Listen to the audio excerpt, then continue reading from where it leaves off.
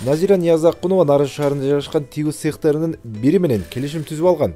Ал үй шартында иштейт.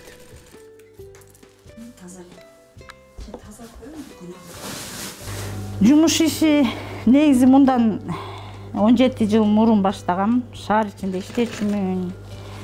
Анан Нарынга келгени Азастан келип азыр Кудай буйрса жакшы болуп калды. Нарынын ичинде деле цехтерде иштеп жүрдүм. Анан балдарым кичинекейлигине байланыштуу үйдөн иштегенге туура келди.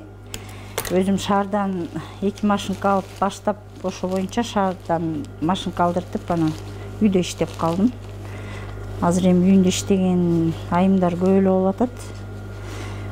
Иштериң бүтөт экен, балдарың карайт экенсиң бир жерден.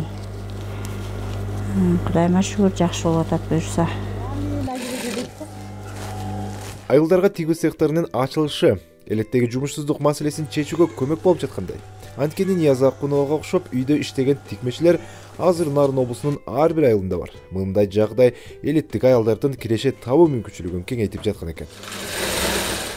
Тигиз цехтери акыркы учурда Нарын облусунун аймактарында өзгөчө көбөйдү. Ар бир айылда тигиз цехтер ачылып, кыз келиндердин көбү ошол жерден иштеп жатканын көрүүгө болот. Азыркы учурда биз кардиган тигип жатабыз.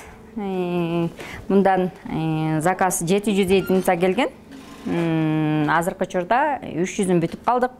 Эми дагы 350-дөйү бар.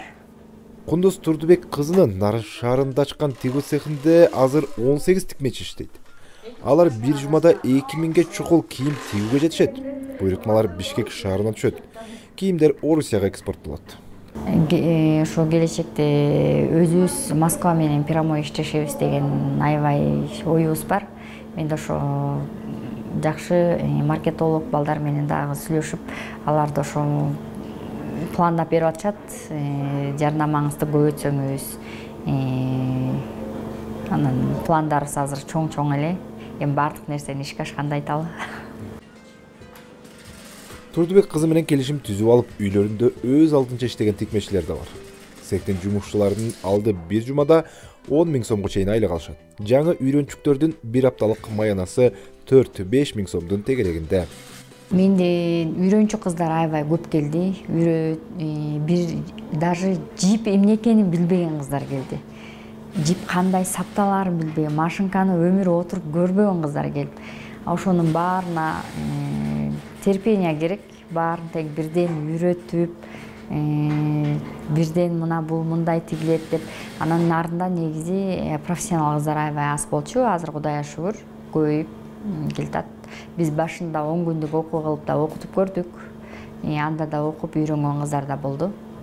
Мен буякта иштеп 4 баламды багам. Негизги өзүмдүн кесибим боюнча педагогмун. Башталгыч класс боюнча азыр жумуш орду жок болуп атат. Ошондуктан иштебейм. Азыр эми Кудайга шүгүр. Жок дегенде мен үйрөнүп алып, тигүүнү үйрөнүп алып, кичине кийим тигип иштеп атабыз буюрса. Турдубек кызы цехти иштетүү үчүн эл аралык уюмдардын элеттик аялдарды колдоо программасына долбоор жасап, цехке керектүү жабдууларды алган.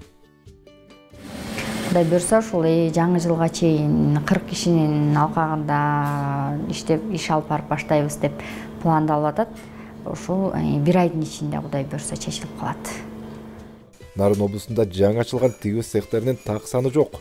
Анткени ишкерлердин айрымдары гана каттуудан өтпөсө, көпчүлүгү үй шартында иштейт. Кыргызстандагы аялдардын 64% айыл жерлеринде жашайт жана алардын көпчүлүгү жумушка жарамдуу катмар. Ал эми тигиз цехинде иштегендердин басымдуу бөлүгүн мына ушул аялдар түзөт.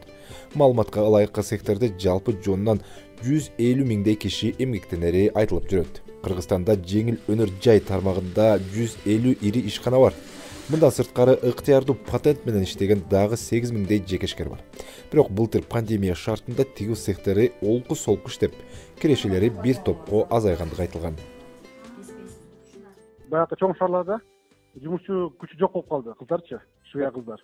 Анткени көпчүлүгү Россияга кетип, андан кийин жумуш күчү бул жакта кымбат да. Мисалы үчүн орто эсеп менен Бишкекте 45 000, 50 000 сом алат швея, жакшы швеялар. Ошол себептен азыр швейный цехтер немеге качып атат да, региондоргочу. Региондордо жумуш күчү арзан. И плюс аяктагы кыз келиндер эч жака кетпейт да. ошол жакта туруп иштешет. Мисалы үчүн шаардагы кыз келиндер жанакындай балдарын окуусун ойлойт, анан кийин эки жакка суранып кетет дегендей. Кыргызстандагы жеңил өнөр жай товарынын негизги кардарлары Казакстан менен Орусия. Мында сырткары аз өлчөмдө Европа өлкөлөрүнүн базарларына да сатылат. Мирлан Кадыров, Азаттык.